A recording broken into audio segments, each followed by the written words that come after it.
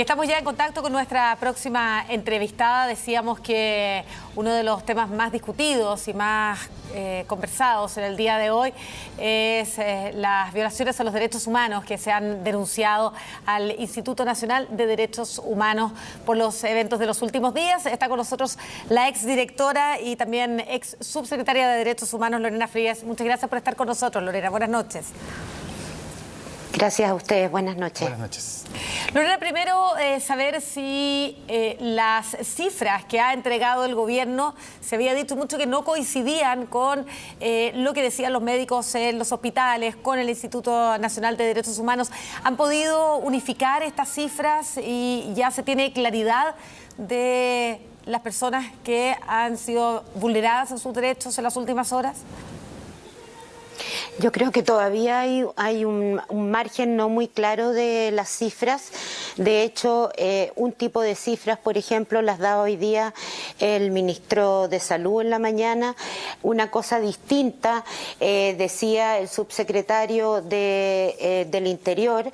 Y por otro lado tenemos las cifras que tiene el Instituto Nacional de Derechos Humanos, que son cifras conservadoras, en el sentido de que una vez que se han hecho las denuncias y se corroboran, efectivamente pasan a presentarse querellas. Pero la verdad es que también hemos visto a través de las redes muchas denuncias.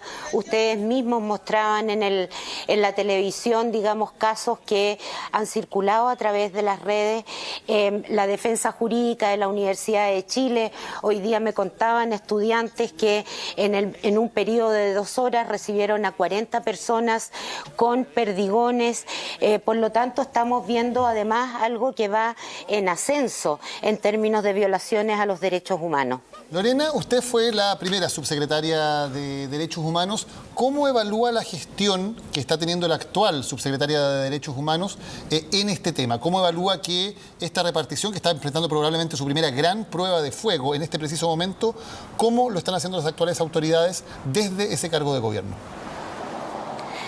Bueno, lo que pasa es que en el caso de la Subsecretaría de Derechos Humanos es una entidad más bien coordinadora, y en ese sentido yo quiero creer que la subsecretaria está teniendo peleas internamente justamente porque está viendo lo que pasa. Y lo que pasa, obviamente, dejando de lado la gran demanda por garantía de derechos sociales, que es lo que ha llevado a la gente a las calles, lo que estamos viendo hoy día es el efecto de un estado de emergencia. Cualquier defensora de derechos humanos sabe que en estas circunstancias el riesgo de violaciones a los derechos humanos aumenta, y aumenta porque entregamos finalmente un mandato bastante amplio a las Fuerzas Armadas de Orden y Seguridad para manejar el orden público en un contexto de manifestaciones que en su gran mayoría han sido pacíficas. Y por cierto, que todo el mundo condena lo que ha pasado en términos de incendios, en todos los saqueos que se han hecho también, pero uno esperaría que la fuerza pública estuviera, por una parte, para proteger a la ciudadanía de esos saqueos, y segundo, también para proteger a los manifestantes que lo hacen de manera pacífica. Pero Lorena, ¿le llama la atención que no haya protagonismo ni vocería pública de la subsecretaria? De hecho, la invitamos, por cierto, a una entrevista, pero declinó. ¿Debería tener un mayor protagonismo en una circunstancia como esta? ¿Debería aparecer más dando explicaciones de qué es lo que ocurre, de las medidas que se están tomando? Por lo menos debiera tener una explicación desde el punto de vista de los derechos humanos.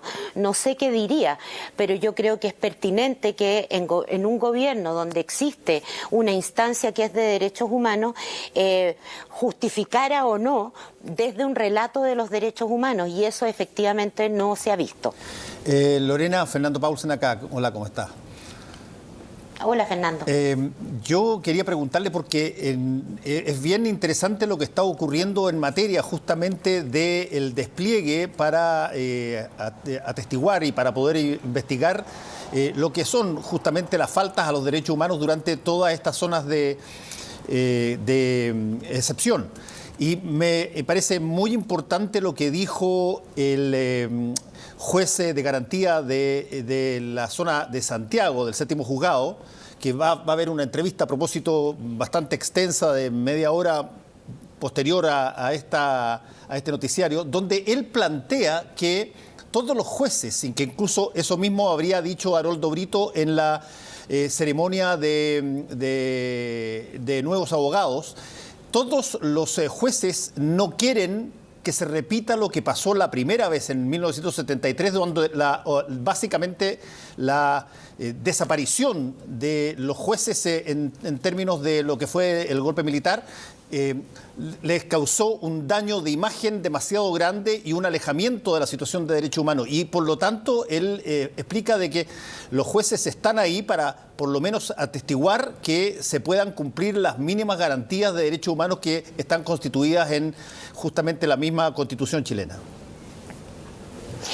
Sí, efectivamente, o sea, uno de los derechos que no se restringe, que no se suspende, es el del acceso a la justicia. Y en estos momentos, más que nunca, uno espera un poder judicial que esté allí pendiente, digamos, sobre todo de lo que son violaciones a los derechos humanos. Son ellos, en definitiva, los que van a conocer uno a uno los casos que se presenten. Ya el Instituto Nacional de Derechos Humanos planteó que ha presentado 46 acciones judiciales, de las cuales 37 son querellas y la mitad de ellas son por apremios ilegítimos y tortura. Entonces yo tengo la impresión de que no es solo un lavado de imagen del Poder Judicial, sino que es un proceso de aprendizaje, de incorporación del tema de los derechos humanos como un elemento fundamental para el Poder Judicial en este país, en todos los estados de derecho, por lo demás es así, y me parece que es lo que tienen que hacer los tribunales de justicia, garantizar que en este contexto los abusos no se van a permitir, menos aún si estos vienen de quienes tienen la autoridad para cometerlos. Lorena, hoy escuchábamos en una de las notas a la diputada Camila Vallejo hablar de detenidos desaparecidos durante estos días. Usted, que es cercana a todas las organizaciones de derechos humanos, ¿tiene esa información? La verdad no la tengo confirmada, pero efectivamente a través de organizaciones sociales se habla de personas detenidas desaparecidas, de las cuales me han hablado de alrededor de 15 personas, de las cuales 8 fueron detenidas y luego de eso no se sabe su paradero. Si esto es efectivo, esto es una situación gravísima. ¿Pero están presentadas esas denuncias? ¿Hay algo formal respecto a eso?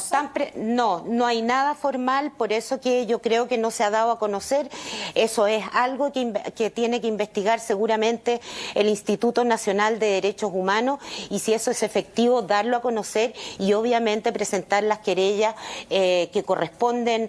Por eso todavía lamentablemente no tenemos legislado la desaparición forzada como un delito común, pero habrá que ver otras figuras si eso es efectivo, y ojalá, de verdad que ojalá que así no sea. Solo para cerrar, Lorena, usted había sido bien crítica del nombramiento de Sergio Mico como director del Instituto Nacional de Derechos Humanos. ¿Cómo le parece que ha sido su gestión en estos días? Yo fui crítica por otras razones que tienen que ver, digamos, como en mi rol, digamos, de feminista, de activista feminista y sus posiciones frente a eso. Pero en esto a mí me parece, y quiero además mandar un saludo a todo el equipo del Instituto Nacional de Derechos Humanos, que pese a las limitaciones que tiene de poder contar con toda la información de la región metropolitana, porque no tienen ese personal y en todo el país tampoco, están haciendo una tremenda labor en turnos de día, de noche, y en ese sentido el instituto está haciendo su trabajo. Muchas gracias, Lorena Frías, por esta conversación. Buenas noches.